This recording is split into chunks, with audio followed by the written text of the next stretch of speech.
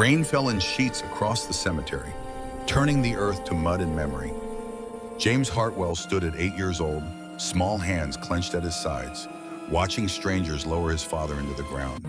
The casket was mahogany, expensive, cold. Water pooled in the open grave. Someone was crying, not James.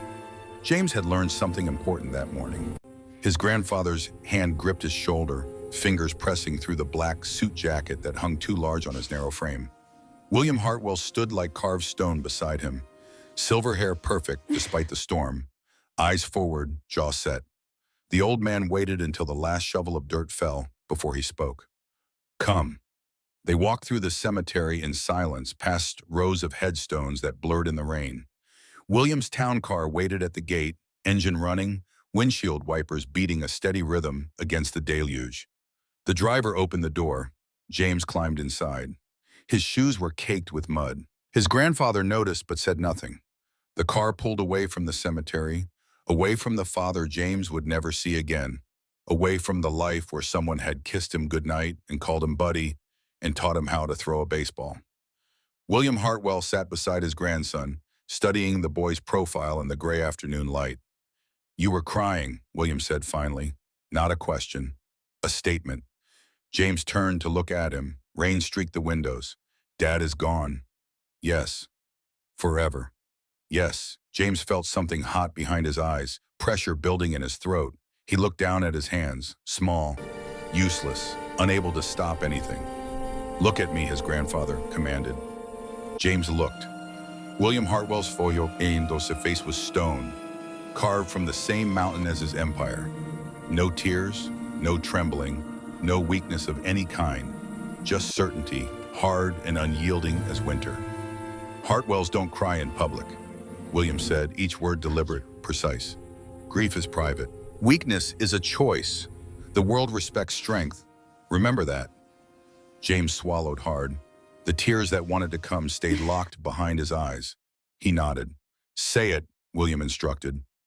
"Weakness is a choice," James repeated, voice small but steady. Again. "Weakness is a choice," his grandfather nodded once, satisfied. Then he turned to look out the window at the rain, at the city passing by, at the empire that would one day belong to James if he proved worthy. The conversation was over. James sat very still, hands folded in his lap, tears turning to ice somewhere deep inside his chest. That day, James Hartwell learned to bury his heart. It took a 6-year-old girl to teach him how to find it again. 30 years later, James Hartwell stood at the head of the boardroom table like a judge preparing to deliver sentence. Monday morning light filtered through floor-to-ceiling windows, casting long shadows across polished mahogany. Outside, Manhattan stretched in all directions, steel and glass reaching toward winter clouds heavy with the season's first snow. Inside Hartwell Industries headquarters, 52nd floor, executive suite, the air conditioning hummed at exactly 68 degrees. James preferred cold. Cold kept people sharp. 12 board members sat in leather chairs worth more than most cars, tablets glowing, coffee cooling in porcelain cups. Nobody spoke. They were waiting. James let them wait. He stood at the head of the table, suit charcoal gray, tie burgundy, not a thread out of place, studying the quarterly report projected on the screen behind him. Red numbers highlighted inefficiencies, yellow marked areas of concern. His jaw tightened. "Q3 revenue down 4%, James said finally, voice carrying the same cold precision his grandfather had perfected decades ago. "Operating costs up 6, profit margins compressed to unacceptable levels." He turned to face the room. 12 sets of eyes avoided his. "Good. They should be uncomfortable." "Manufacturing is bleeding money," James continued. "Distribution is slow. Marketing spend is up with negligible ROI, and accounting." He paused, gaze landing on Stephen Martinez, the CFO who had served Hartwell Industries for 20 years. "Accounting approved expenditures outside authorization protocols." Stephen shifted in his chair. "Sir, those expenditures were for employee retention programs. Exit interviews showed morale issues related to last year's restructuring, so I authorized team-building initiatives to address concerns before they impacted productivity further." "Did I approve these initiatives?" No, but given the strategic importance of maintaining workforce stability during the Henderson acquisition, I believe discretionary spending was warranted under my purview as CFO to prevent talent hemorrhage that could compromise integration timelines. James studied him. Stephen Martinez had 3 children in college, a mortgage in Connecticut, a wife who volunteered at the local library. Photos on his desk showed family vacations, graduations, smiling faces at weddings. James had attended the wedding of Stephen's eldest daughter 2 summers ago, stood in the back during the ceremony, left before dinner. Sentiment doesn't sustain companies, James said, voice empty of inflection. Efficiency does. Your discretionary spending cost us $2 million. $2 million that should have gone to shareholders, to growth, to securing our competitive advantage in an increasingly hostile market. Instead, it went to pizza parties and trust falls. Stephen's face went pale. Sir, I can provide documentation showing correlation between engagement initiatives and reduced turnover, which saved recruiting and training costs that exceeded the expenditure by a factor of 3 to 1 based on conservative estimates of replacement expenses. James opened a folder, slid it across the table. Your termination papers. Effective immediately. Security will escort you out. Silence crashed through the room like a wave breaking against stone. Stephen stared at the folder. His hand trembled as he reached for it. James, please. 20 years. Which is precisely why you should have known better. I have a family. You should have thought of that before authorizing unapproved expenditures. Stephen Martinez stood slowly, legs uncertain, face the color of old paper. He picked up the folder. He looked around the table at colleagues who had shared coffee with him for 2 decades, who had celebrated promotions and commiserated over setbacks, who now studied their tablets with intense focus because eye contact meant complicity. Nobody spoke. Stephen walked to the door. His hand rested on the handle for one long moment. Then he pulled it open and left. The door closed behind him with a soft click that sounded like the end of something. James turned back to the room. Anyone else need clarification on authorization protocols? Heads shook in unison. Good. Next quarter, I expect 4% growth minimum. No excuses. Dismissed. The board members filed out in silence.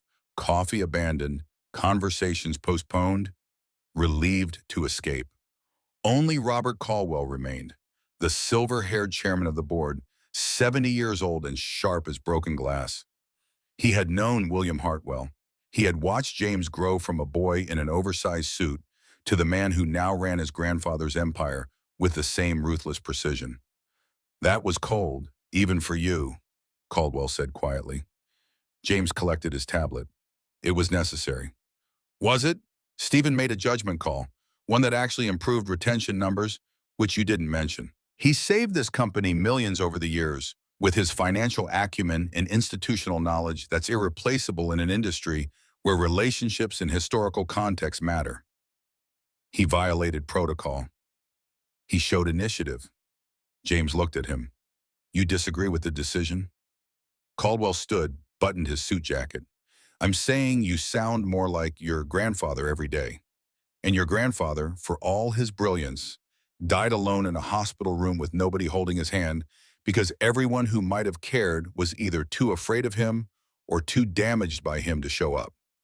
James felt nothing, or rather, he felt the same cold certainty that had guided every decision for 30 years. My grandfather built an empire. He built a fortune. There's a difference. Caldwell walked toward the door, paused with his hand on the frame. Your brother understood that. The mention of Thomas hit like a punch James didn't see coming. His jaw tightened. My brother is dead. I know. I was at the funeral, remember? Caldwell's eyes held something that might have been pity. You stood alone at the grave, didn't cry, just like your grandfather taught you. William would have been proud. He left. James stood in the empty boardroom, city sprawling below, tablet cooling in his hand. On the screen, numbers glowed. Profit margins, revenue projections, market share. Everything measurable, quantifiable, reducible to data points that told him whether he was winning or losing. He was winning. He had been winning for 15 years straight. So why did victory feel like standing at the edge of a cliff? His phone buzzed. Maya Patel, his assistant, her voice professional and precise through the speaker. Sir, the Chicago investor meeting has been rescheduled to 6 p.m. to accommodate Mr. Chen's flight delay. Traffic to O'Hare suggests departure by 3 at the latest to ensure timely arrival with buffer for security delays. James checked his watch. Noon. 6 hours until he needed to leave. 6 hours of meetings, calls, decisions that would determine the trajectory of companies and careers and families dependent on paychecks that existed because James Hartwell made the right choices. Or the cold ones. Sometimes they were the same thing. Understood, he said. Block my calendar. I need to review the Henderson integration docs before Chicago. Already on your desk, sir. Also, Mr. Martinez's security escort is requesting guidance on severance package terms pending legal review. Standard package. Nothing extra. A pause. Maya rarely paused. Sir, 20 years of service typically warrants consideration for enhanced terms under company precedent, established during the Westfield restructuring in 2019, when senior executives received additional compensation reflecting their tenure and contributions. Are you questioning my decision? No, sir. Simply ensuring consistency with prior practice to minimize potential litigation exposure that could arise from disparate treatment of similarly situated employees given recent EEOC guidance on age discrimination and termination decisions affecting employees over 50. James closed his eyes briefly. Maya was 30, brilliant, tireless, and occasionally possessed enough courage to push back when his decisions veered into legally questionable territory. It was why he trusted her. Trust was rare. Competence was rarer. Enhanced package, Biden conceded. Draft the amendment. Yes, sir. The line went dead. James gathered his materials, walked through the executive suite to his corner office. Floor-to-ceiling windows on 2 walls. Minimalist furniture. No plants. No personal effects except one framed photograph on his desk. The photograph showed 2 men standing in front of Hartwell Manor, the Connecticut estate where William Hartwell had ruled his empire from a study lined with law books and portraits of ancestors who had built railroads and steel mills and fortunes that survived depressions and wars. James stood on the left, 35 years old, expression serious. Thomas stood on the right, 30, smiling like someone had just told the world's best joke. Brothers, 3 years before Thomas died. James sat at his desk, looked at the photograph, felt nothing stir in the ice where his heart used to be. Then he opened his laptop and began to work. By 3 o'clock, snow had begun to fall. James stood at his office window, watching flakes drift past glass, melting on contact with the warmer city air below. Traffic was already snarling. Red taillights stretched in lines toward bridges and tunnels that would carry commuters home to families waiting in houses that smelled like dinner and sounded like laughter. James had a penthouse apartment on the Upper East Side, 32nd floor, 2,000 square feet of empty rooms. His phone buzzed. Maya.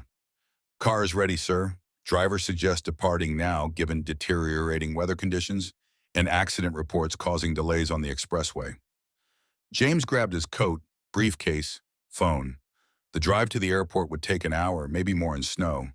The meeting in Chicago would run until 9. He would fly back on the company jet, land at Teterboro around midnight, reach his apartment by 1. Sleep 4 hours, wake at 5. Repeat. This was success. This was what winning looked like. The elevator descended in silence, executive level to lobby, emptying into marble and chrome, where security guards nodded as he passed. His car waited at the curb, black Mercedes, heated leather, privacy glass. James climbed in. The driver pulled into traffic without a word. They had worked together for 3 years. James knew the man's first name was David. Nothing else.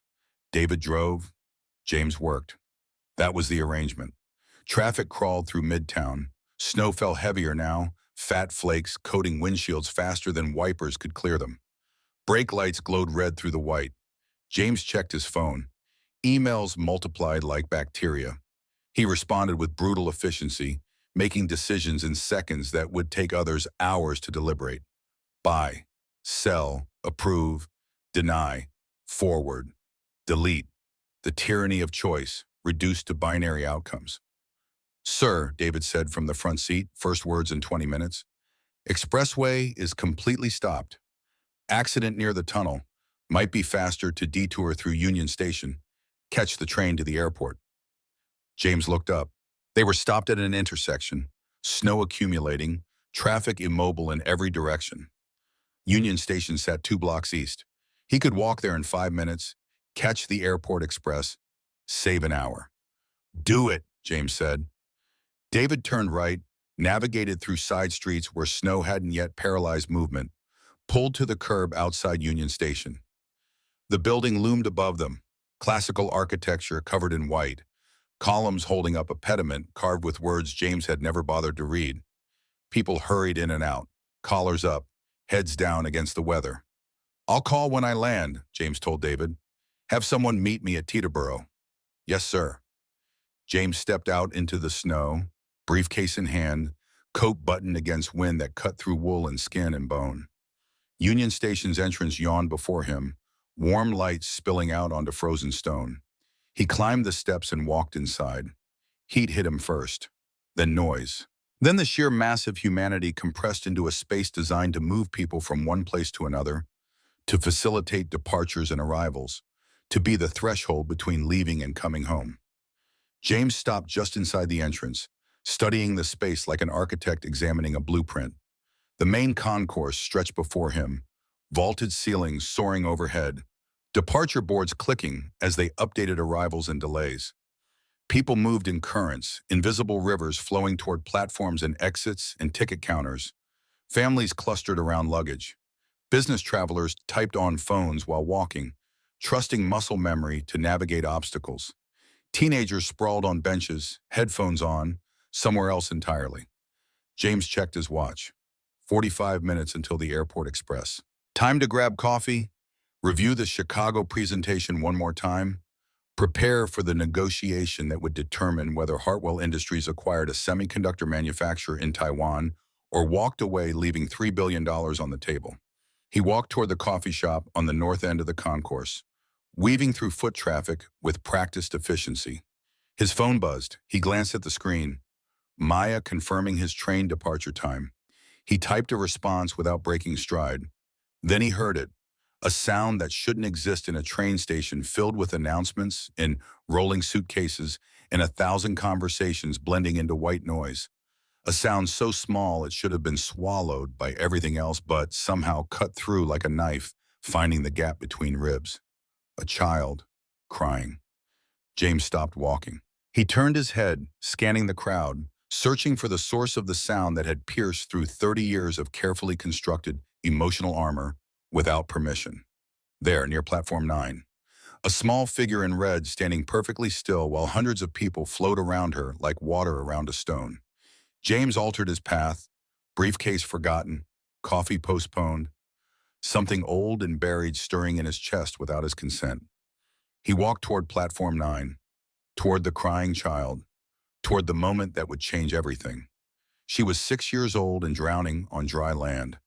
Emma Rivera stood at the edge of Platform 9, small hands locked around the handle of a red suitcase almost as tall as she was. Her coat was red too, bright against the gray of winter, but stained and worn at the edges. White dress underneath, the kind worn for special occasions, now dirty and wrinkled from days of wear. Her hair hung in dark curls around a face too thin, too pale, eyes too large and watchful. She wasn't crying now. James had been wrong about that. The sound he heard was someone else's child, already swept away by parents toward platforms and departure times.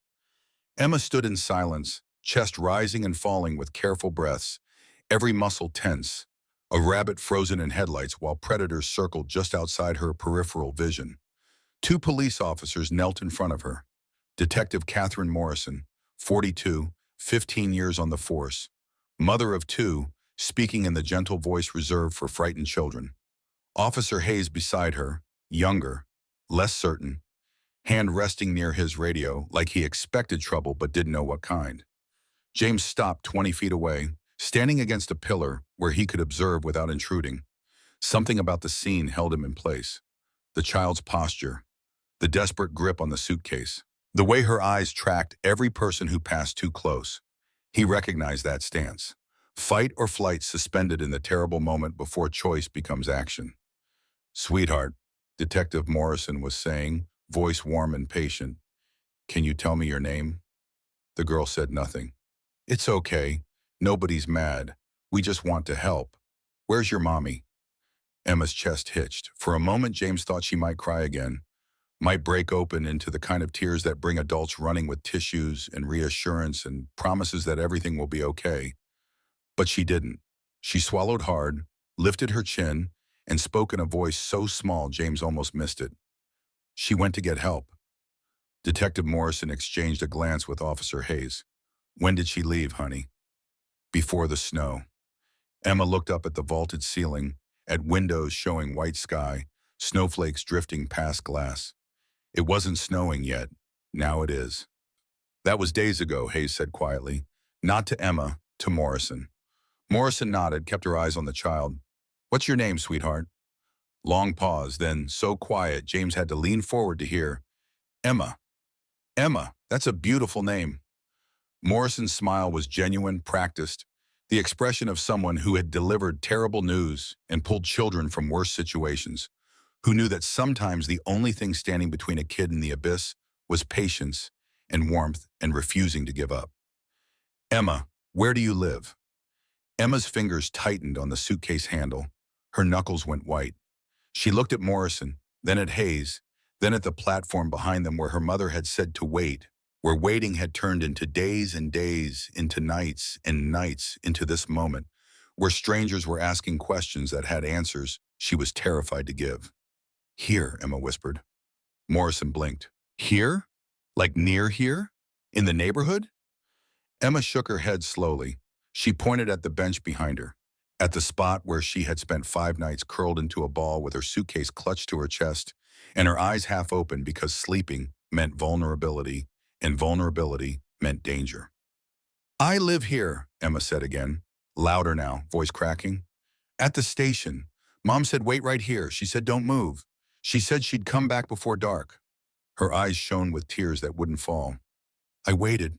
I'm still waiting. The weight of those words hit Morrison like a fist. Her professional composure cracked for half a second, pain flashing across her face before training reasserted control. Hayes looked away, jaw tight. James felt something break inside his chest. A sound like ice cracking on a frozen lake, the moment before everything gives way. Morrison recovered, voice gentle. Emma, honey, we need to get you somewhere safe, somewhere warm. You can't stay at this station. I can, Emma said quickly, desperately. I can be quiet. I won't bother anyone. I know where the bathrooms are, and which people give food, and how to sleep sitting up so nobody comes too close. I can live here, I have before. Sweetheart, no, you're a little girl. You need a home, adults to take care of you, school, friends, all the things kids should have. Emma was shaking her head, backing away now, dragging the suitcase with her, eyes going wide with terror. No, if I leave, she won't find me. She said, right here. She said, don't move no matter what. She's coming back. She promised. Emma, listen to me. Morrison stood slowly, hands out, non-threatening. Your mom, I'm sure she wanted to come back. I'm sure she tried. But sometimes things happen that are nobody's fault, and we need help from other people to make things better. She's coming back. We need to take you to people who can help find your mom. They're nice people. They have warm places for kids to stay while we figure things out. You'd have a bed, food, toys maybe. Would you like that? Emma's breathing turned rapid, shallow, panic rising like water in a sinking ship. She clutched the suitcase to her chest, stumbling backward until she hit the metal railing that separated platform from concourse. The impact made a sound like a bell tolling. People glanced over, curious, then looked away because other people's problems weren't their concern, and trains didn't wait. I didn't do anything wrong, Emma cried, voice climbing toward hysteria. I'm not bothering anyone. Please don't make me leave. Please. She won't know where to find me. She'll come back, and I'll be gunning, and she'll think I left her, and I didn't. I didn't leave. I waited like she said. I promise I waited. Tears were streaming now, hot and fast down cheeks red from cold and fear and exhaustion, so profound it seemed to radiate from her small body like heat from concrete after sunset. She was breaking.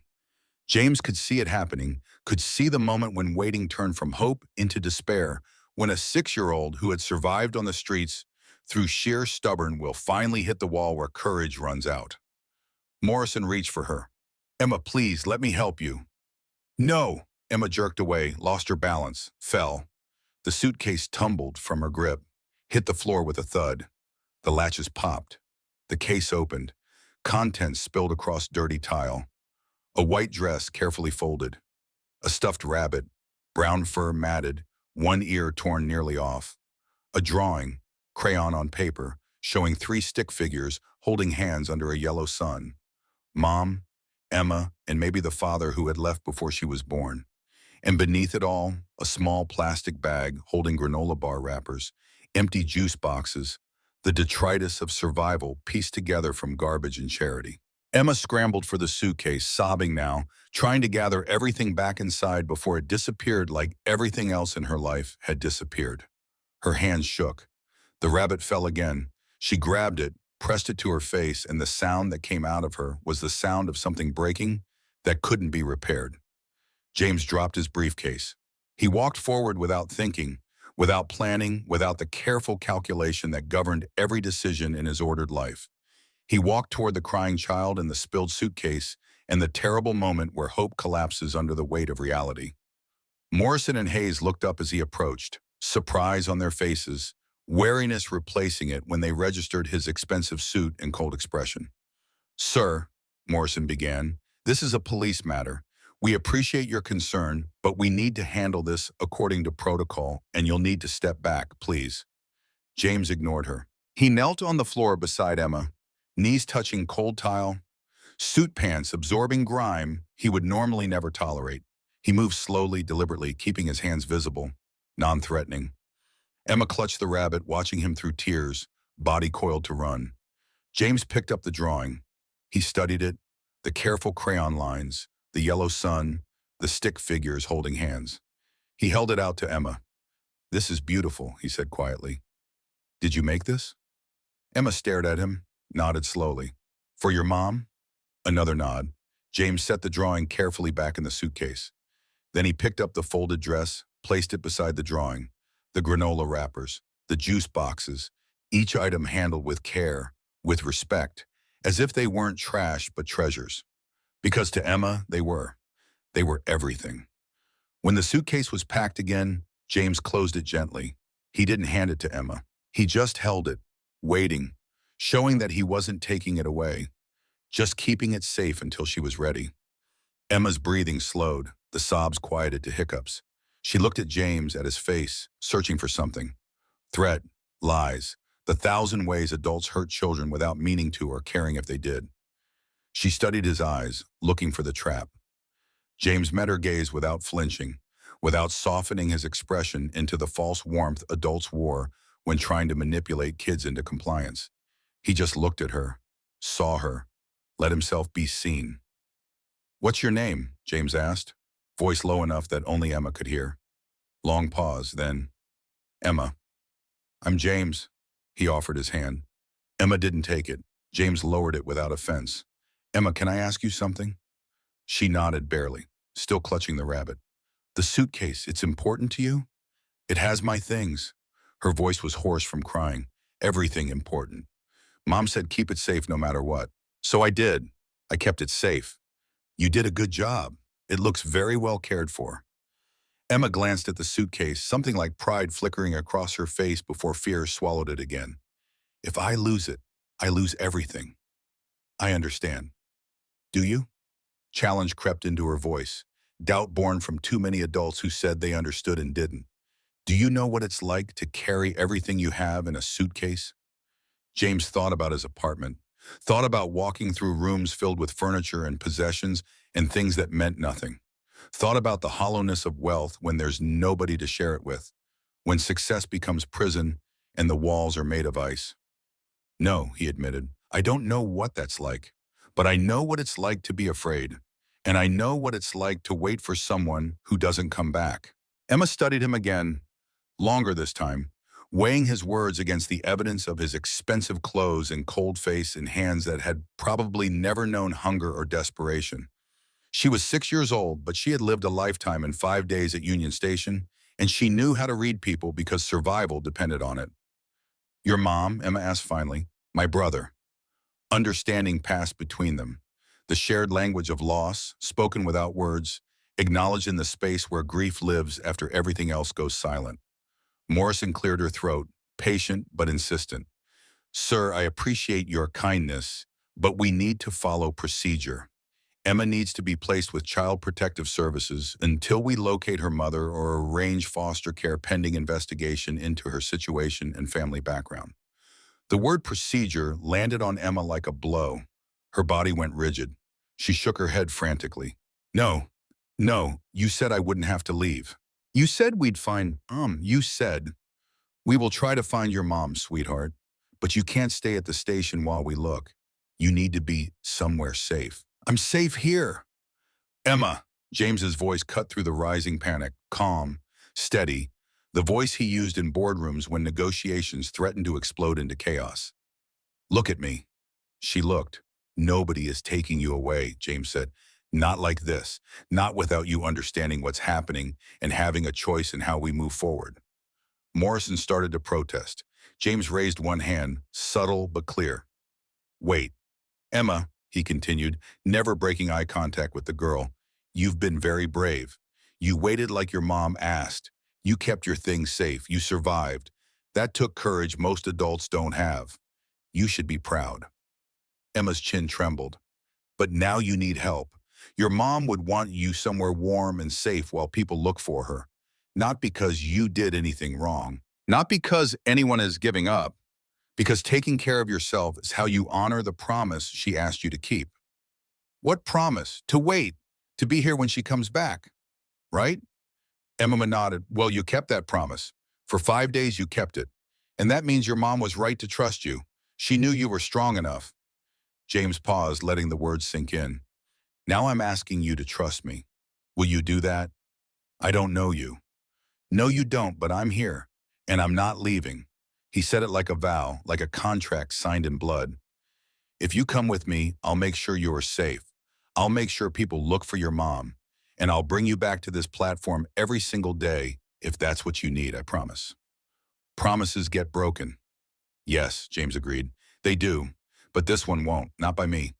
Emma looked at the platform behind her, at the bench where she'd slept, at the space where waiting had become her entire world. Then she looked at James, at his cold face and expensive suit and eyes that held something she recognized because she saw it every time she looked in a mirror. Loneliness so deep it had become identity. Okay, Emma whispered. The word was barely audible, but it changed everything. Detective Morrison stared at James like he had just announced his intention to fly to the moon using only willpower and privilege. Sir, she said carefully, voice tight with the professionalism that barely concealed exasperation, you can't just walk into a police matter involving an abandoned minor and offer to take custody based on a 2-minute conversation, no matter how well-intentioned your motives appear to be given your obvious concern. James stood, brushing dirt from his knees, briefcase forgotten on the floor beside Emma's suitcase. I'm not offering to take custody.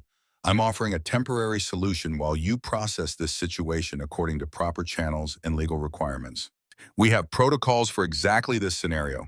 Child Protective Services has trained professionals, background-checked foster families, facilities designed specifically for children in crisis requiring immediate placement, pending investigation. How long does that process take? Morrison hesitated. Depends on availability. Could be a few hours. Could be overnight. And in the meantime, Emma would be in protective custody at the station while we complete intake paperwork, contact CPS, arrange placement, conduct initial interviews to establish identity and circumstances. At a police station, it's safe. It's terrifying, James countered. You're asking a 6-year-old who's been living on the streets to sit in a building full of strangers in uniform while bureaucracy grinds through forms. She'll be traumatized further by a system designed for efficiency rather than compassion.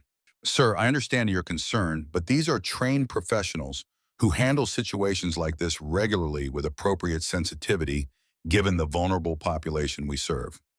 I'm sure they do their best, but their best still means Emma spends tonight in an institutional setting after spending 5 nights sleeping on a bench because she was too afraid to ask for help and too loyal to abandon the one person who matters to her. Morrison's jaw tightened. Officer Hayes shifted uncomfortably. Emma watched the exchange, eyes moving between adults like a spectator at a tennis match, trying to understand the rules of a game played with her future as the prize. James pressed his advantage. Call CPS. Initiate your protocols.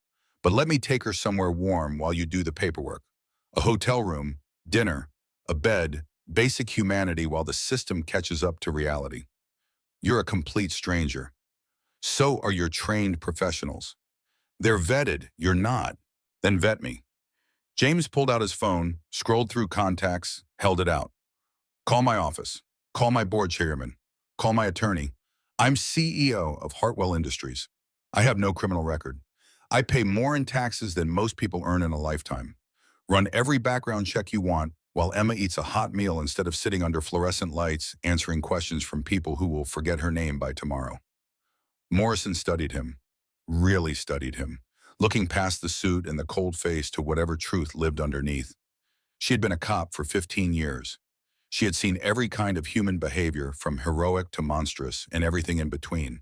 She had developed instincts about people, about which ones could be trusted and which ones wore masks that hid rot.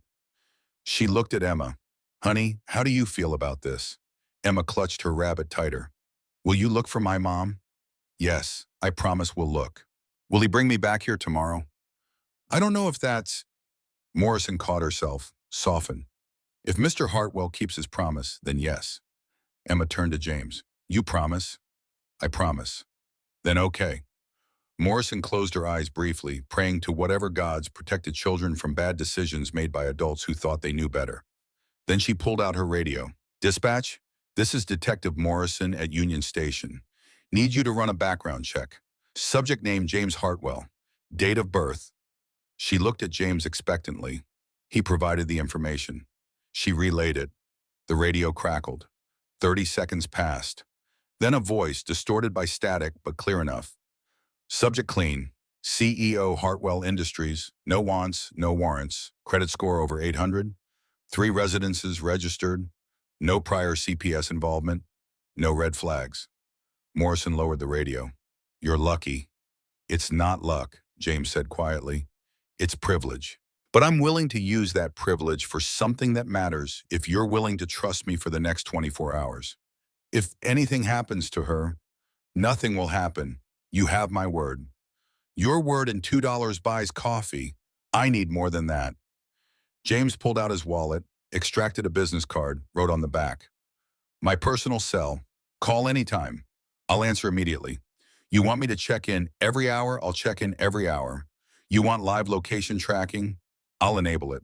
Whatever you need to feel confident that Emma is safe, and this isn't some elaborate scheme that doesn't make sense, because I have zero motive beyond basic human decency, which I realize looks suspicious coming from someone in my position. Morrison took the card, studied the handwritten number. Then she made a decision that would either save a child or haunt her nightmares. 24 hours. I'm calling CPS now. They'll want to interview Emma tomorrow morning. You'll bring her to the station at 9 a.m. sharp. If you're late, I issue a warrant. If Emma shows any signs of distress, neglect, or abuse when I see her, I arrest you regardless of your background or credentials. Clear? Crystal. Morrison knelt beside Emma again. Sweetheart, Mr. Hartwell is going to take care of you tonight. Tomorrow, you'll come talk to me and some other nice people who want to help. Is that okay? Emma nodded, too exhausted to process the full implications of what was happening, only understanding that she wasn't being taken away immediately, that the man with the sad eyes had kept his first promise by letting her choose. Good girl. Morrison stood, handed James her card. My number's on there. Call if you need anything. And Mr. Hartwell? Yes? Thank you for caring when most people would have walked past and pretended they didn't see. James accepted the card without comment. What could he say? That he had almost walked past? That he had been 15 feet from the coffee shop when that small sound stopped in him cold? That he had no idea why he was doing this, except that something in Emma's eyes reflected something in his own soul that he'd been trying to ignore for 30 years? He picked up Emma's suitcase with one hand, his briefcase with the other. Emma held her rabbit, watching him, waiting for the next thing because waiting was what she knew how to do. Ready? James asked. Emma took a breath. Will the food be warm? The question hit harder than it should have. Warm food. Such a small thing. Such an enormous thing when you'd been eating from garbage cans and accepting charity from strangers who might disappear before finishing their sandwich. Yes, James said. The food will be warm, I promise. Emma slipped her small hand into his large one. Her fingers were cold. James's hand closed around them gently, carefully, as if he were holding something infinitely fragile and infinitely precious. They walked away from Platform 9 together. Behind them, Detective Morrison watched until they disappeared into the crowd. Then she pulled out her phone and called Child Protective Services. The conversation would take 20 minutes. Forms would be filled, protocols would be followed. The machine would turn and Emma Rivera would become case number 5879 in a system designed to protect children from exactly the kind of situation she was walking into right now with a billionaire stranger. Morrison prayed she hadn't just made the worst mistake of her career. At the station entrance, James paused.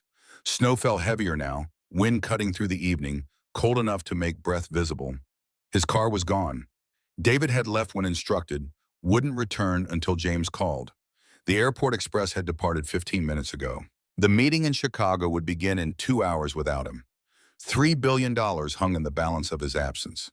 James looked down at Emma. She looked up at him, eyes huge in her thin face, rabbit clutched under one arm, free hand still holding his. Change of plans, James said.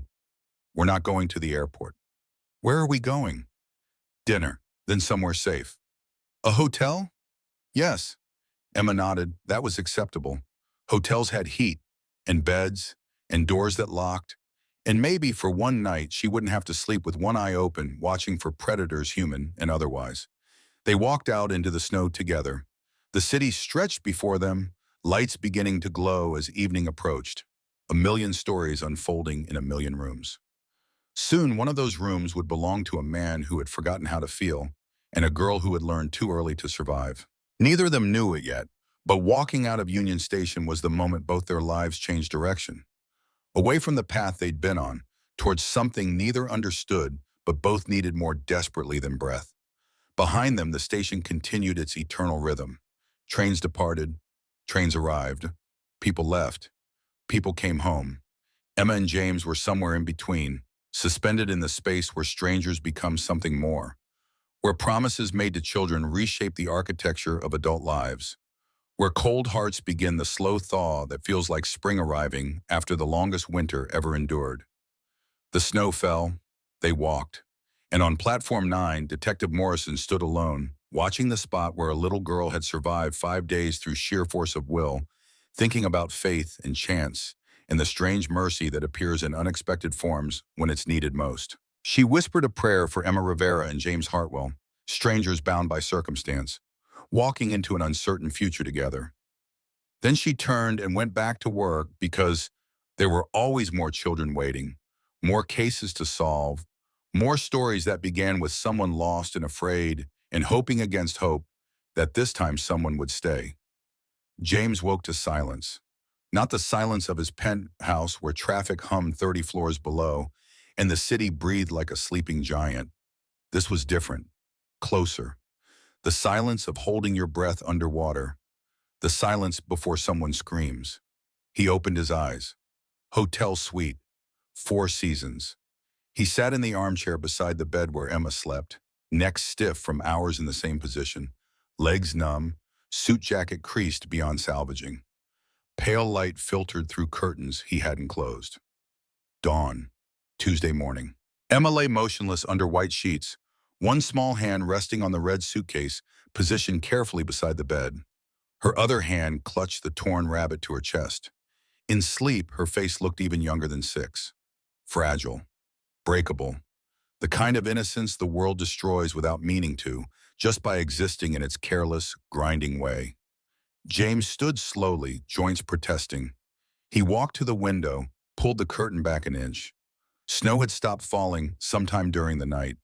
Manhattan stretched below, white and clean, the city transformed into something almost beautiful in the early light, before traffic and humanity turned pristine to slush. His phone sat on the side table where he'd left it after making calls that lasted until 2 a.m. 14 missed calls, 23 emails, 3 voicemails from board members demanding explanations for his absence in Chicago. One text from Maya, "Sir, they're furious. Call me when you can." He didn't call. He stood at the window watching dawn break over a city that never truly slept. Just pretended, just closed its eyes for a few hours before opening them to the same struggle, wrapped in new light. Behind him, Emma stirred. He turned. She sat up slowly, eyes opening to unfamiliar surroundings, panic flashing across her face before memory caught up to consciousness. Hotel room, white sheets, the man from the train station who had kept his first promise.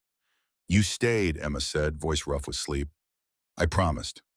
She looked at him, really looked, studying his wrinkled suit and tired eyes, and the evidence of a night spent watching over her instead of sleeping. Something shifted in her expression. Not trust, not yet, but the possibility of trust. The door opening one careful inch. "Are you okay?" Emma asked. The question surprised him. When was the last time someone had asked if he was okay? When was the last time the answer had been anything but fine, regardless of truth? "I'm tired," James admitted, "but I'm okay. Are you hungry?" Emma nodded. Her stomach chose that moment to growl, loud in the quiet room. She pressed her hands against it, embarrassed. "Let's fix that," James said. He called room service, ordered more food than one child could possibly eat. Pancakes, eggs, bacon, fruit, orange juice, milk, toast. Emma watched the phone call with wide eyes, listened to him list dishes like he was reading a menu of impossible things. "That's a lot of food," Emma said when he hung up. "You can eat what you want. The rest we'll save." "For later? For whenever you're hungry again." Emma processed this. Food that would still be there later. Food that wouldn't disappear if she didn't eat it immediately. Food that was hers, unclaimed by others, uncontested. "Can I use the bathroom?" Emma asked. "Of course. You don't need to ask permission. This is your space too." She climbed out of bed carefully, feet touching carpet that had probably cost more than her mother earned in a month.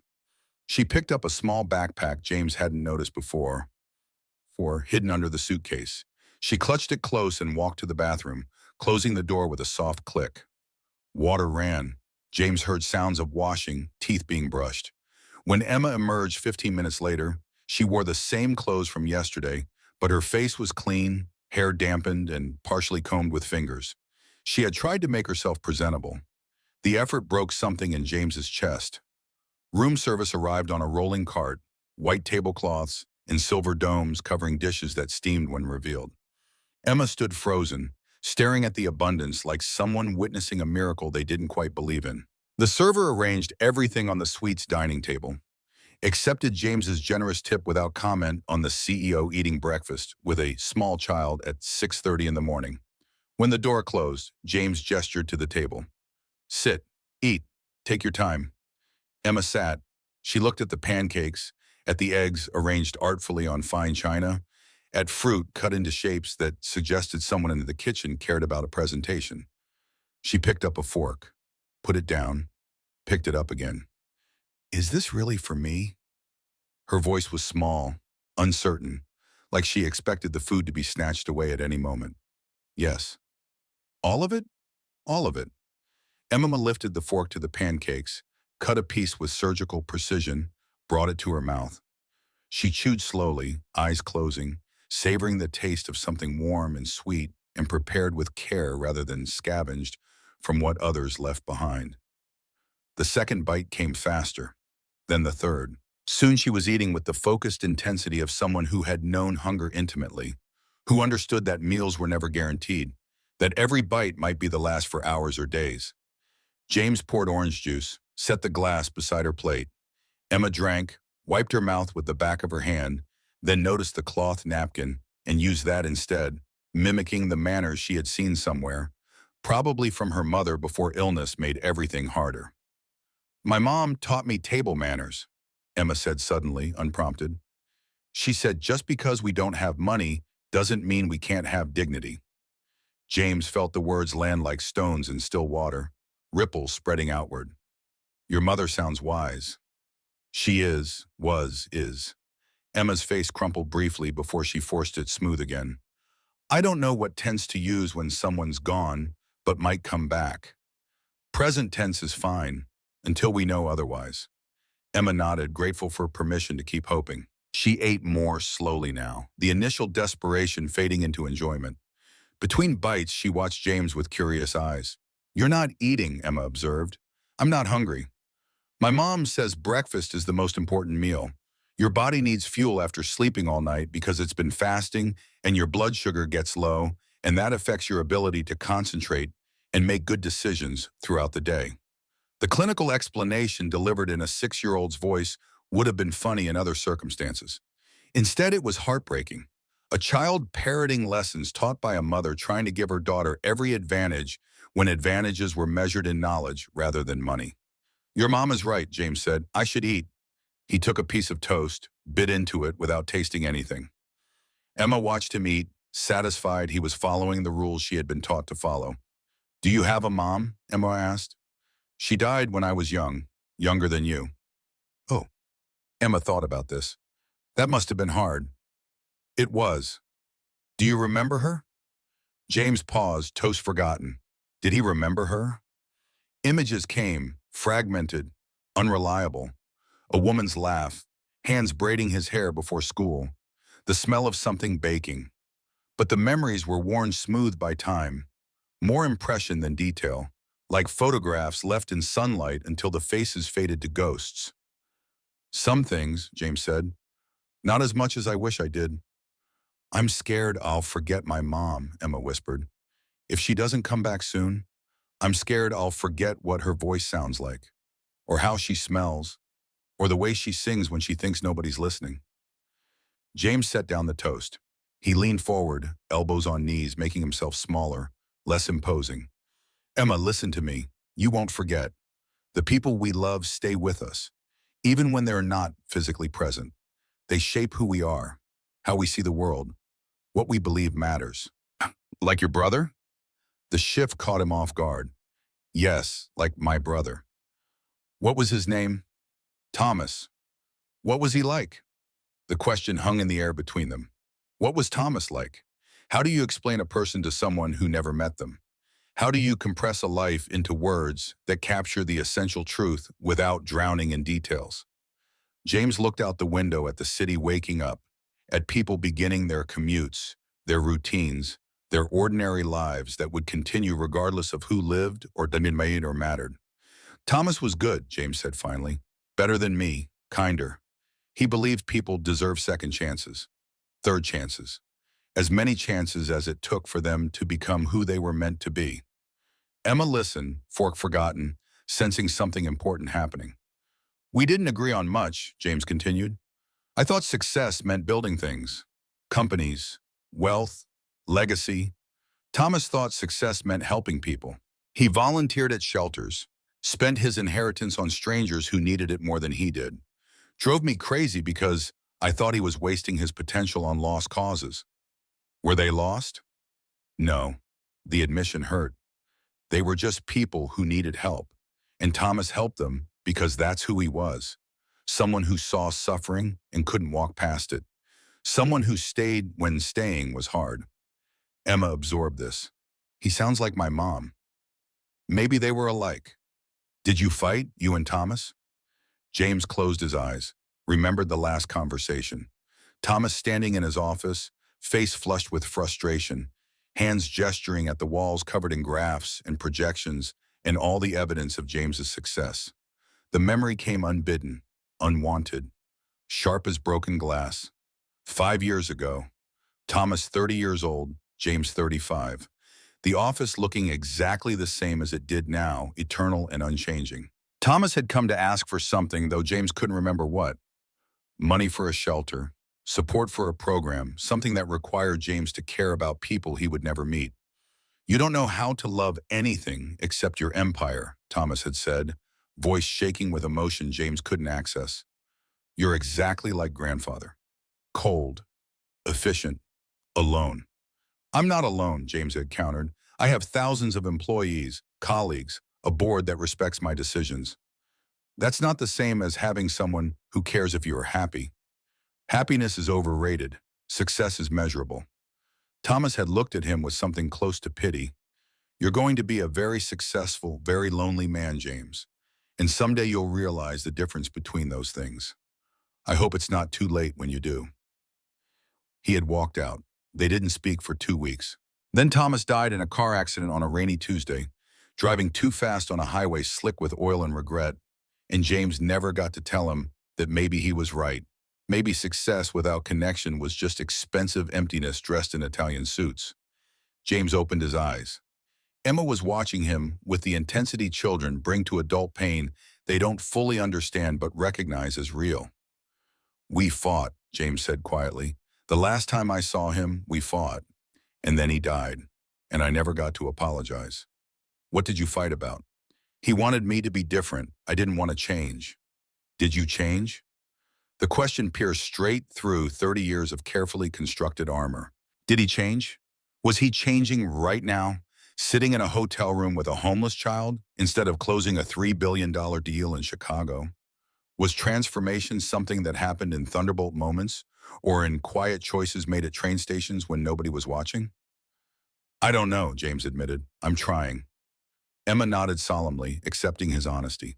She picked up her fork, ate more pancakes. James's phone buzzed. He ignored it. It buzzed again and again, the world demanding his attention, his decisions, his participation in the machine that ground forward regardless of individual human drama. Do you need to answer that? Emma asked. No. Are you sure? It keeps buzzing. I'm sure. Emma seemed satisfied. She finished her pancakes, drank more juice, looked at James with an expression somewhere between gratitude and confusion, and something that might have been the beginning of affection, fragile and uncertain. James, Emma said carefully, testing the name, the familiarity. Can I ask you something? Always. Are we going to look for my mom today? The question he'd been dreading, the answer he didn't have. How do you tell a 6-year-old that finding her mother meant making phone calls to hospitals and morgues, meant checking unidentified admissions and Jane Does, meant preparing for outcomes that range from reunion to tragedy? But before James could answer, his phone rang. Not a text, a call. Maya's name on the screen. He almost ignored it, then remembered he had asked her to search, to find, to use every resource at his disposal to locate a woman named Sarah Rivera who might be dying alone in a hospital somewhere while her daughter waited at a train station for a return that might never come. James answered. Tell me. Maya's voice came through, professional but careful, the tone she used when delivering news that could go either way. Sir, I found something. Woman admitted to St. Vincent's Hospital 5 nights ago. No ID, severe pneumonia, listed as Jane Doe, matches the description and timeline Detective Morrison provided. James's heart stopped, started again. Is she alive? Yes, critical but stable. Dr. Michael Chen is the attending physician. I spoke to him this morning. She's been unconscious most of the admission, but she's improving. Surgery was performed yesterday to drain fluid from her lungs. Prognosis is cautiously optimistic if she continues responding to treatment. Relief hit like a wave, then caution. Name? Did anyone identify her? No, she had no wallet, no phone, nothing when she collapsed. But sir, there's something else. When she's been conscious, the nurses say she keeps asking for someone. A name, Emma. James looked at the girl sitting across from him, syrup on her chin, hope dawning in her eyes as she read his expression, and understood that something had changed. Where's the hospital? James asked. 20 minutes from your location. I can have a car there in 5. Send it. He hung up. Emma was standing now, hands gripped together, rabbit clutched under one arm, body vibrating with tension and hope and terror all competing for dominance. You found her, Emma whispered. Not a question. A prayer. Maybe. A woman at a hospital. She's been sick. She's been asking for someone named Emma. Emma's face crumpled. Tears spilled, hot and fast. But this time they weren't tears of despair. They were tears of every emotion compressed into one moment. Relief and fear and love and hope all breaking through the dam she'd built to survive 5 nights alone. James stood, walked to her, knelt down. He didn't touch her. He just stayed close, steady, a presence she could lean on if she needed to. Is she okay? Emma managed through tears. She's sick, but she's getting better. Can we see her? Right now, can we go? Yes, get your things. The car will be here soon. Emma ran to the bed, grabbed the suitcase, held it like a shield and a treasure all at once. She wiped her eyes, tried to compose herself, failed. She looked at James with an expression that held everything a child feels when the world might be about to give back something precious it had taken away. What if she doesn't recognize me? Emma whispered. What if she's too sick? What if I'm too late? James took her small face in his hands, gentle but firm, making sure she heard every word. Then we'll face it together. But Emma, she's alive. She's been asking for you, oh. That means she never stopped trying to get back. She never stopped being your mom. Emma nodded, swallowed hard, forced herself to breathe. Then she did something that surprised them both. She stepped forward and hugged James, arms wrapping around his waist, face pressing against his expensive suit that smelled like hotel soap and uncertainty. James froze. Then slowly, carefully, he put his arms around her small shoulders and held her. Not tight, not possessive, just steady. There.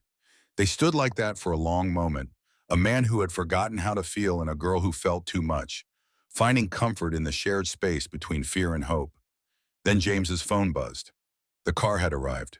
They broke apart, both slightly embarrassed, neither sure what had just happened, except that something had shifted in the architecture of their temporary alliance. Emma wiped her eyes again. James straightened his tie.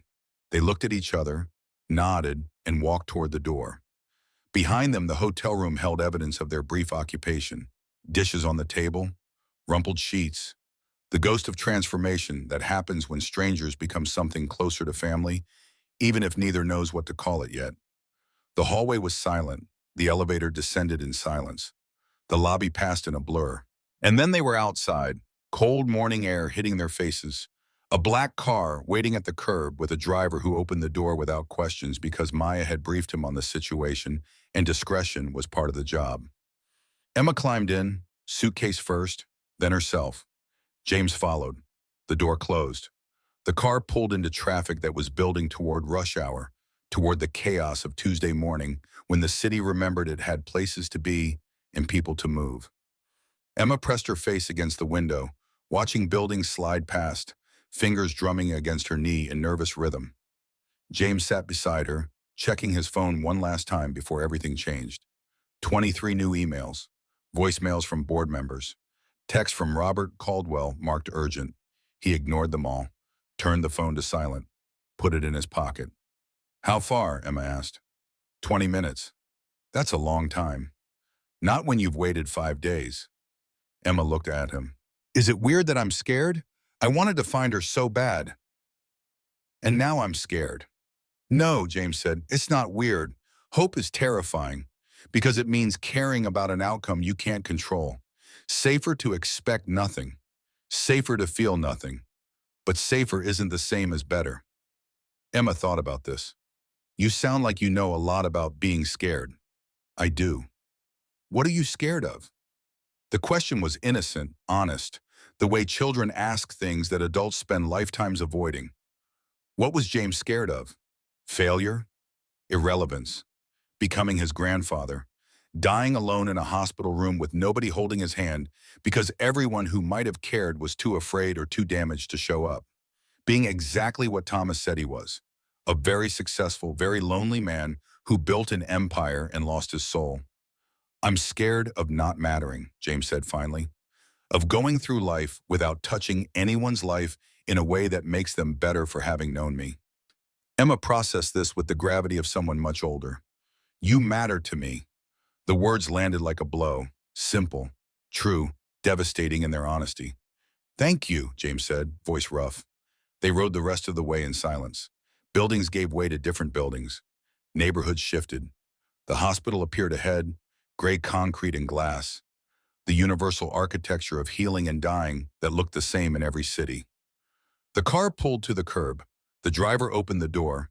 Emma climbed out, suitcase in hand, rabbit under her arm, every muscle tense with anticipation and dread. James followed. They walked toward the entrance together. Automatic doors open. They stepped into the smell of antiseptic and illness, in the peculiar quiet that hospitals cultivate, sound dampened by necessity and sorrow. A nurse at the information desk looked up. James gave the room number Maya had provided. The nurse directed them to the third floor, east wing. They took the elevator, standing side by side, watching numbers climb. Emma's hand found James's. He squeezed gently. Neither spoke. The elevator doors opened. The hallway stretched before them, rooms on either side, the sound of monitors beeping in mechanical rhythm, keeping time with hearts still beating despite everything working against them. Room 318. The door was closed. Emma stopped walking. She stared at the door like it might explode. James waited, patient, letting her process what came next. "What if she doesn't want to see me?" Emma whispered. "She does. She's been asking for you." "What if I'm not what she remembers? What if I'm different now?" "Then she'll love who you've become because that's what mothers do." Emma took a breath, another, then she reached for the door handle. Before she could turn it, the door opened from inside. Doctor. Michael Chen stood there, 48 years old, kind eyes behind wire-rimmed glasses, wearing scrubs, and the expression of someone who had delivered this news before and knew it never got easier. "You must be Emma," Dr. Chen said gently. Emma nodded. "Your mom's been waiting for you. She's weak, but she's awake, and she very much wants to see you." Dr. Chen stepped aside. The room opened before them. And there, in a hospital bed surrounded by machines and tubes and all the apparatus of modern medicine, trying to repair what poverty and circumstance had broken, lay Sarah Rivera. Thin, pale, eyes closed, chest rising and falling with effort, but alive. Emma stood frozen in the doorway, every hope and fear colliding in the moment before everything changed. Then Sarah's eyes opened. For one eternal second, Sarah Rivera stared at the doorway without comprehension, morphine and exhaustion making the world soft around the edges, reality blending with fever dreams she'd been having for 5 days. Then her eyes focused, saw the small figure in the red coat, saw the dark curls and thin face, and the rabbit with the torn ear. "Emma," Sarah breathed, voice barely audible. Emma broke. She ran across the room, suitcase abandoned, rabbit falling, all the careful control she had maintained for 5 days shattering like glass. She climbed onto the chair beside the bed, small hands reaching for her mother's face, touching her cheeks, her hair, her hands, confirming reality through sensation because sight alone wasn't enough. "Mommy," Emma sobbed. "Mommy, you're here, you're here, you're here." Sarah tried to sit up, couldn't, settled for pulling Emma as close as tubes and weakness allowed. Her own tears came, hot and endless, soaking into Emma's hair as she held her daughter with whatever strength remained. "Baby," Sarah whispered, voice breaking on every syllable. "My baby girl, I'm so sorry. I'm so sorry. I tried. I tried to come back. I tried so hard. I know, I waited. Like you said, I waited right there and I didn't move. And I kept everything safe and I knew you'd come back. I knew it. I knew it." They held each other while the world shrank to just this, mother and daughter, 5 days of separation, 5 nights of fear, all of it compressed into one moment of reunion that hurt as much as it healed, because love always does both, always breaks you open to let you feel what matters. James stood near the door, watching, feeling something crack open in his chest that had been sealed since childhood. He turned away, giving them privacy, giving himself distance from emotions he wasn't sure how to process. Doctor. Chen stood in the hallway, writing notes on a chart, allowing the reunion to happen without medical intervention because sometimes healing requires more than medicine. Minutes passed. Emma's sobs quieted to hiccups. Sarah's grip loosened as exhaustion pulled at her. But neither let go completely. They stayed close, breathing together, existing in the same space again after days of terrifying separation. Finally, Sarah noticed James. Her eyes found him standing by the window, turned partially away, expensive suit and tired face at odds with the hospital room's sterile simplicity. "Who?" Sarah managed, voice hoarse from disuse and illness. "Who are you?" Emma pulled back, wiped her eyes, looked between her mother and James. That's James. He helped me. Sarah studied him with a mother's wariness, the instinct that asked questions before trusting, that saw danger in kindness from strangers because the world had taught her that nothing came without cost. Helped how? Sarah's hand tightened on Emma protectively. James turned, met her eyes. I found her at Union Station. She'd been waiting for you. I made sure she was safe until we could locate you. Union Station. Pain crossed Sarah's face. You were at the station? For how long? 5 days, Mommy. But it's okay. I was safe. James took care of me. Sarah's eyes filled with tears again. Different this time. Shame. Guilt. The crushing weight of a mother who had failed to protect her child, who had left her daughter alone in the world through circumstances beyond control, but felt like personal failure nonetheless. I'm sorry, Sarah whispered to Emma. I'm so sorry, baby. I went to the clinic just for medicine, just for a prescription. But I collapsed, and I woke up here. And I couldn't tell them who I was or where you were because I couldn't think straight, and everything hurt, and I kept trying to say your name, but the words wouldn't come, and I thought I'd lost you. I thought you'd be taken somewhere, and I'd never find you again. Shh, Emma soothed, the child comforting the parent in a reversal that broke James's heart. I'm here, we're both here, it's okay now.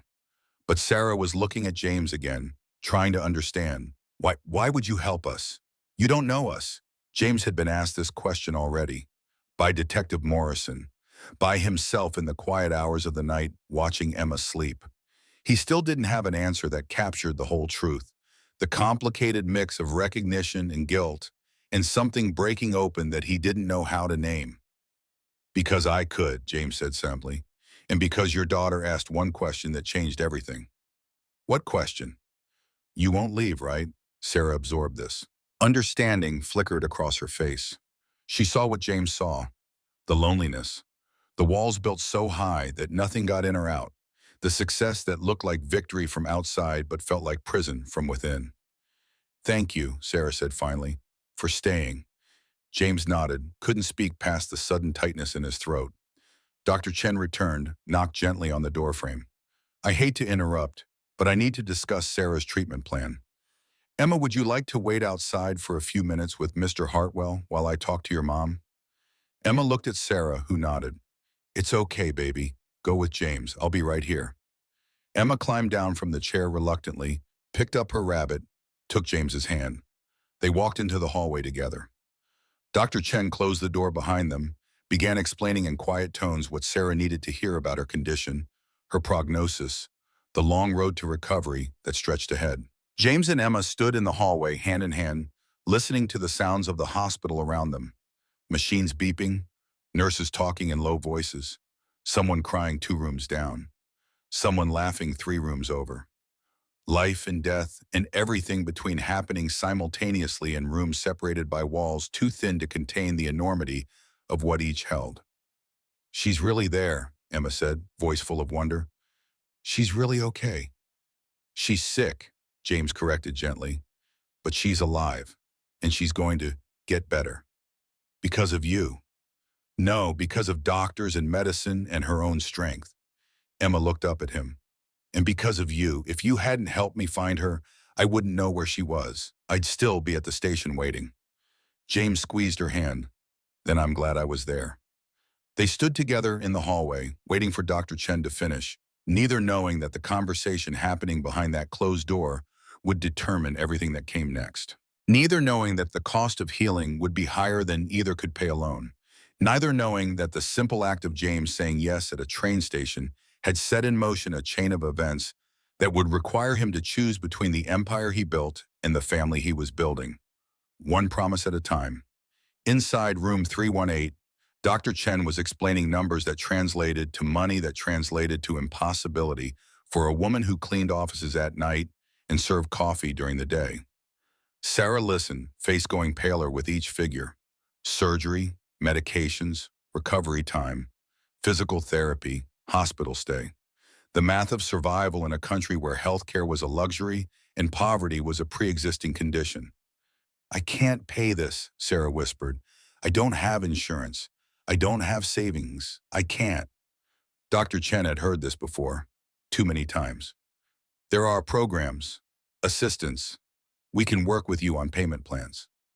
I can't pay anything, not even small amounts. I was barely surviving before I got sick. Now I can't work. I can't afford rent.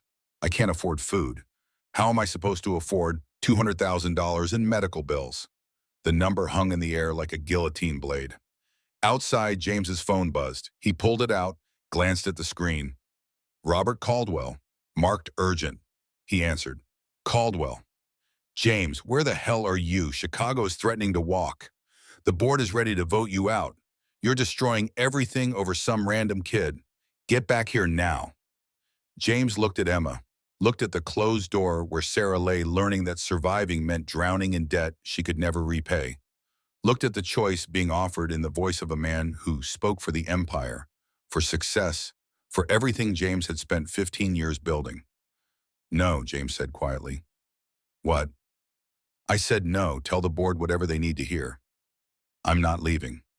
You're making a mistake. Maybe, but it's my mistake to make. He hung up, turned the phone off completely, put it in his pocket.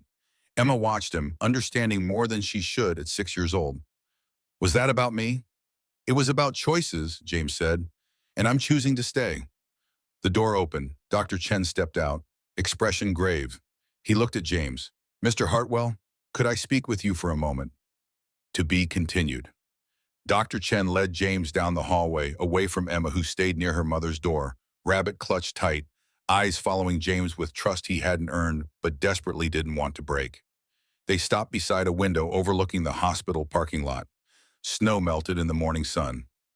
Cars arrived bringing visitors to the sick and dying.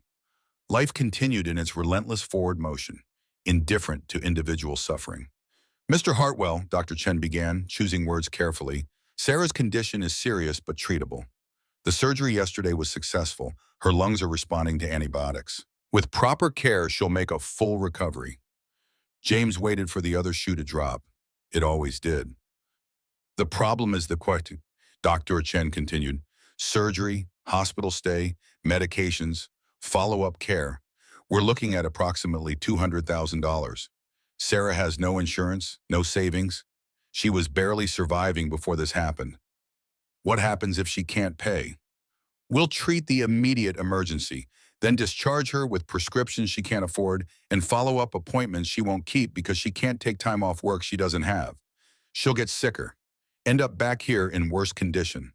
The cycle continues until something breaks permanently. James looked through the window at the parking lot, at people walking toward the entrance carrying flowers and hope, at the machinery of healthcare that worked beautifully if you could pay and failed catastrophically if you couldn't. What about programs? Assistance? Takes months to process. Requires documentation Sarah doesn't have. And even if approved, it covers maybe 30% of the cost. The rest falls on her. James turned from the window. What if I pay? Dr. Chen blinked. Sir? The bill. All of it. What if I cover everything? That's extremely generous. But Mr. Hartwell, we're talking about $200,000, possibly more depending on recovery complications and therapy requirements. I understand numbers, doctor. I'm asking what happens if money isn't the obstacle. What does Sarah need to actually heal? Dr. Chen studied him, searching for the angle, the catch, the reason a billionaire would throw money at a stranger's medical bills. James had learned long ago that people couldn't comprehend kindness from the wealthy. It had to be tax evasion or publicity or some complicated scheme because simple human decency didn't scale with net worth. She needs 4 more weeks here, Dr. Chen said slowly. Then 8 weeks of rest and physical therapy, medications daily, follow-up appointments weekly, and somewhere stable to recover because stress impedes healing and Sarah's life has been nothing but stress for years. Done. Mr. Hartwell, you should think about this. Talk to your financial advisors. Consider the implications. I have. Send the bills to my office, all of them. And doctor? James handed him a business card. If Sarah needs anything, specialists, experimental treatments, anything that gives her the best possible outcome, you call me directly. Don't let cost be a factor in medical decisions. Dr. Chen took the card with trembling fingers. In 15 years of practicing medicine, He'd seen families bankrupted by illness, children denied treatment because insurance deemed it unnecessary, people choosing death over debt. He'd never seen someone just decide to fix it with a checkbook and genuine concern. "Why, Tan?" Dr. Chen asked. "You don't know this woman." James thought about Thomas, about standing at his grave alone, about 30 years of building walls so high nothing could get in or out, about a 6-year-old girl asking if he would stay and meaning it with her whole heart. "Because I can," James said, "and because someone I love tried to teach me that wealth without purpose is just expensive emptiness. I'm trying to learn the lesson before it's too late." Dr. Chen nodded slowly. "I'll make the arrangements. Sarah should know, though, this is her medical care, her decision. Of course, tell her whatever she needs to hear, but make sure she understands that accepting help isn't weakness, it's wisdom." They walked back toward room 318. Emma sat on the floor outside, back against the wall, drawing on a piece of paper a nurse had provided. She looked up as they approached. "Is Mom okay?" "She's going to be fine," Dr. Chen assured her. "Mr. Hartwell and I were just discussing her treatment plan." Emma looked at James, reading his expression the way children learn to read adults when survival depended on it. "You're going to help her." "If she'll let me." Emma stood, walked to him, slipped her small hand into his large one. "She will, because she's smart, and smart people accept help when they need it." James squeezed her hand gently. "When did you get so wise?" "Mom taught me. She said pride is just fear wearing a fancy hat." Despite everything, James smiled. Sarah Rivera sounded like someone he'd like to know. Someone Thomas would have loved. Dr. Chen opened the door. Sarah lay propped against pillows, color slightly better than before, eyes clearer. She watched James enter with wariness and something else, hope, maybe, or just exhaustion from fighting battles she couldn't win alone. "Sarah," Dr. Chen said gently, "Mr. Hartwell has offered to cover your medical expenses, all of them. I wanted to discuss this with you before making any decisions about your treatment plan going forward." Sarah's face went through a dozen expressions in 3 seconds. Shock, disbelief, shame, anger, relief, back to shame. "I can't accept that," Sarah whispered. "Mom," Emma started, but Sarah raised a hand. "Baby, go with the nurse. Get about a snack from the cafeteria. Let me talk to Mr. Hartwell alone." Emma looked uncertain. James nodded. "I'll be here when you get back, I promise." Emma left reluctantly, hand in hand with a nurse who had seen this conversation play out before, who knew that pride and poverty fought their fiercest battles in hospital rooms where the price of living was too high for most people to pay. When the door closed, Sarah turned to James. "Why would you do this? You don't know me. You don't owe me anything." James pulled a chair beside her bed, sat down, met her eyes with honesty that felt like exposure. "3 years ago, my brother died. We'd argued the last time we spoke. He told me I was becoming someone cold and empty and successful and alone. I told him to leave, and he did, and he died thinking I didn't care." Sarah listened, saw the pain beneath the expensive suit. "Before he died, he helped you," James continued, "paid your hospital bills when Emma was born, became your friend, did what I should have learned to do but didn't." "Thomas," Sarah breathed. "Thomas Hartwell, that was your brother." "Yes." Fresh tears spilled down Sarah's cheeks. "He saved my life. I was ready to give up. I had nothing. No family, no money, pregnant and alone. Thomas found me outside a clinic. He didn't just give me money, he saw me. Treated me like a person who mattered. Like my baby mattered. He changed everything." "He was good at that," James said quietly. "He talked about you. Said his brother was brilliant but lost. Said he was trying to reach you but didn't know how." "He reached me. I just wasn't listening." Sarah studied him with eyes too wise for someone so young. "You're listening now." "I'm trying." She looked at the ceiling, at the tiles that all looked the same, institutional and cold. "I can't pay you back, not in my lifetime, not in Emma's lifetime. $200,000 is more money than I'll see in 10 years. I'm not asking for repayment." "Then what are you asking for?" James thought about Emma's hand in his, about watching her eat pancakes with wonder, about the feeling of being needed by someone who expected nothing except presence. Let me finish what Thomas started, James said. Let me help. Not because you owe me, not because I'm looking for gratitude, but because I have resources that should mean something beyond quarterly earnings reports and shareholder value. Sarah was quiet for a long time. Outside, the hospital continued its rhythm. Monitors beeped. Doctors made rounds. People got better or worse. The world turned. This isn't charity, Sarah said finally. That's what you told Dr. Chen. What is it then? Family, James said, the word feeling strange and right simultaneously. Or the beginning of one, if you'll allow it.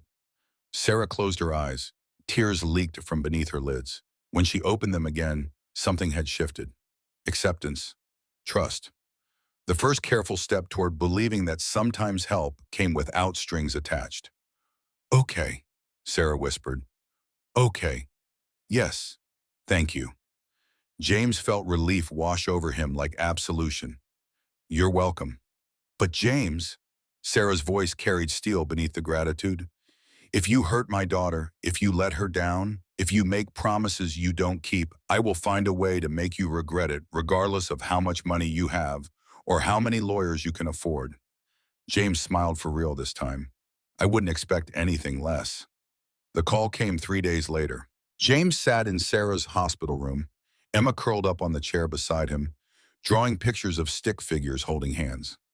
Sarah slept, color returning to her cheeks, breathing easier as antibiotics did their work. The machines beeped in steady rhythm, healing one heartbeat at a time. Robert Caldwell's name appeared on James's phone. He'd been ignoring calls for 72 hours. This one felt different, final. I need to take this, James told Emma. She nodded without looking up from her drawing. He stepped into the hallway, pressed answer. Caldwell. James. The chairman's voice carried weight and resignation. The board voted this morning. James leaned against the wall, prepared for impact. They've appointed an interim CEO.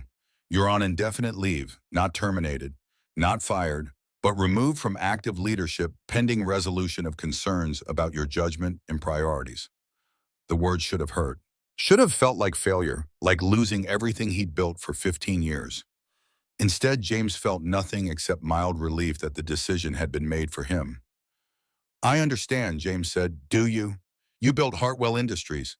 It's your legacy, your grandfather's legacy, and you're throwing it away for a woman and child you've known less than a week.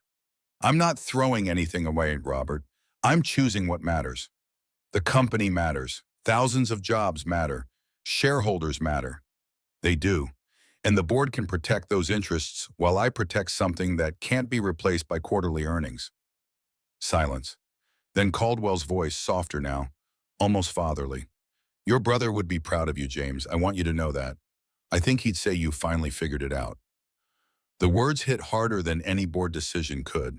James's throat tightened. Thank you. Take your time. Figure out what you're doing. When you're ready, we'll talk about your role going forward. The board's not trying to push you out permanently. They're trying to run a company while you figure out who you want to be. I appreciate that. James, one more thing. I met your grandfather, worked with him for 30 years. He was brilliant and ruthless and died alone in a hospital room with nurses who didn't know his first name. Don't become him. Whatever you're doing right now, whatever you're building with this family, it's worth more than any empire. Caldwell hung up. James stood in the hospital hallway holding a silent phone, feeling the weight of choice settle into his bones. He'd lost the company, or stepped away from it, or been freed from it. The framing depended on perspective. He walked back into room 318. Emma looked up from her drawing. Everything okay? Yes, James said, meaning it. Everything's fine. 6 weeks passed in a rhythm James had never known existed. Mornings meant hospital visits. Emma stayed with James at a hotel near St. Vincent's, sleeping in the adjoining room, eating breakfast together before walking to see Sarah. They developed routines. Emma taught James how to make proper toast, not burnt. James taught Emma chess, losing badly but learning patience in the process. Sarah grew stronger. Color returned. Laughter returned. The machines came off one by one until only the IV remained. Then that too disappeared. Dr. Chen smiled more. Nurses stopped hovering. Recovery became reality instead of hope. Child Protective Services visited weekly. Linda Torres, the caseworker, watched James and Emma together with professional skepticism that gradually softened into something resembling approval. She interviewed Emma privately, inspected the hotel suite, reviewed James's background check for the 15th time. "You're not what I expected," Linda admitted during one visit. "What did you expect? Rich man playing savior, publicity stunt, tax write-off, acts. The usual motivations that look good on paper but fall apart under scrutiny when the novelty wears off and the reality of actual childcare becomes inconvenient." And now, Linda watched Emma reading to Sarah from a library book James had bought, her small voice careful on the big words, Sarah's face glowing with pride and love. "Now I think you might actually care," Linda said quietly, "which is rarer than you'd think." The apartment came next. James found a place 3 blocks from the hospital. 2 bedrooms, warm light, furnished simply but comfortably. He signed a 2-year lease, paid up front, stocked the kitchen with food Sarah mentioned liking during their conversations. When Sarah was discharged 8 weeks after admission, James drove her and Emma to the new apartment himself. Emma ran through rooms touching everything, claiming her bedroom, her space, her home. Sarah stood in the living room crying silently while Emma squealed with joy in the next room. "I can't believe this is real," Sarah whispered. "It's real," James assured her, "for as long as you need it. We'll pay rent. When I can work again, I'll pay you back." "Sarah, this isn't a loan." "Then what is it?" James watched Emma appear into the doorway, backlit by afternoon sun, red suitcase finally retired to her closet because she didn't need to carry everything she owned anymore. "Family takes care of family," James said simply. Sarah hugged him then, quick and fierce, the embrace of someone learning to accept grace after years of fighting alone. When she pulled back, her eyes were bright. "Thank you," she said, "for everything, for Emma, for me, for seeing us when the world looked away." James nodded, couldn't speak past the emotion lodged in his throat. Emma ran to them, grabbed both their hands. "Come see my room. I arranged everything perfectly." They followed her, this unlikely family bound by circumstance and choice in equal measure, walking toward a future none of them had imagined 6 weeks ago when a 6-year-old stood alone at a train station refusing to give up hope. 3 months after Union Station, on an ordinary Tuesday that felt like any other Tuesday, Emma called James something new. They were in the apartment kitchen. Sarah was at physical therapy. James was attempting to cook dinner from a recipe Emma had declared, "Not that hard if you pay attention." He was failing spectacularly, smoke rising from a pan that contained something that used to be chicken. Emma climbed onto a stool, watched the disaster unfold, tried not to laugh. "Bah," she said casually, reaching for the spatula. "You have to flip it before it burns." James froze. The smoke alarm started beeping. Emma hopped down, opened the window, waved a towel at the detector until it stopped shrieking. She returned to the stove, adjusted the heat, flipped the chicken with practiced ease. "There," she said proudly. "See? Not hard." James stared at her, unable to process anything beyond the single syllable she'd used so naturally, so easily, like it had always been there waiting. "What did you call me?" James asked, voice rough. Emma looked up, suddenly uncertain. "Bah, it's Mandarin. For Dad, Mom taught me. Is that okay? I can call you James if you want. I just thought, since we're family and you're here every day, and you take care of me, and you promised you wouldn't leave and you haven't left, so I thought maybe Ba would be okay, but if it's not, I can..." "Stop, I'm sorry. I should have asked. First, James knelt down, bringing himself eye level with this child who had survived alone through courage and hope, who had chosen to trust him despite every reason not to, who had just given him a gift more precious than anything his wealth could buy. "Emma," James said gently, hands on her small shoulders. "It's more than okay. It's everything." Tears welled in Emma's eyes. "Really? You don't mind?" "I'm honored." Emma threw her arms around his neck, holding tight. James held her back, feeling pieces of himself that had been frozen since childhood begin to thaw. This was what Thomas tried to show him. This connection, this meaning, this love that asked nothing except presence and gave everything in return. When they pulled apart, both wiping eyes, the chicken was burning again. They looked at the pan, looked at each other, laughed until they couldn't breathe, until Sarah came home to find them ordering pizza and cleaning smoke damage, and glowing with the kind of happiness that comes from choosing each other despite all logic suggesting they shouldn't work. "What happened here?" Sarah asked, surveying the kitchen disaster. "Ba tried to cook," Emma explained, using the word naturally now, testing it out, making it real. Sarah's eyes found James's. Understanding passed between them. She smiled, small and genuine, and something clicked into place. They were family now, officially, irrevocably. The kind of family not bound by blood, but by choice and promises kept, and showing up day after day after day. 1 year later, James Hartwell stood on Platform 9 at Union Station holding Emma's hand. Sarah stood on Emma's other side, healthy now, working part-time at the Thomas Hartwell Foundation that James had started with his brother's inheritance. The foundation helps single parents, homeless families, children in crisis. It had assisted 200 families in 12 months. The number grew daily. Emma was 7 now, taller, confident in ways she hadn't been before. The red suitcase sat in her closet at home, retired but honored, a reminder of survival and the journey that led her here. They stood at the bench where Emma had waited 5 nights, where fear and hope had fought their battle, where a little girl refused to give up and a cold man remembered how to feel. "It looks different," Emma observed. "How?" James asked. "Smaller, less scary, like it's just a bench now instead of everything." Sarah squeezed Emma's shoulder. "Because you're not alone anymore." They were there to meet someone, a boy, 9 years old, whose foster mother had called the foundation desperate for help. He sat on the same bench Emma had claimed, backpack clutched tight, eyes tracking strangers with the wariness Emma recognized because she'd worn that same expression. Emma walked toward him without prompting. James and Sarah followed. "Hi," Emma said gently. "I'm Emma. What's your name?" The boy looked up, suspicious, scared. "Tyler." "Are you waiting for someone?" "My foster mom. She's late." "That must be scary." Tyler nodded, guard dropping slightly at her understanding. Emma sat beside him on the bench. "I used to wait here too, right on this bench.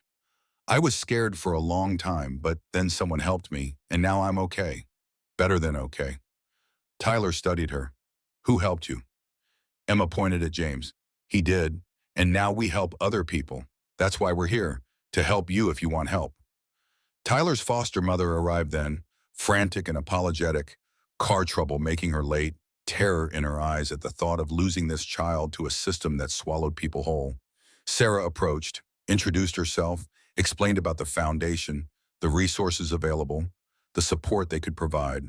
The foster mother cried with relief.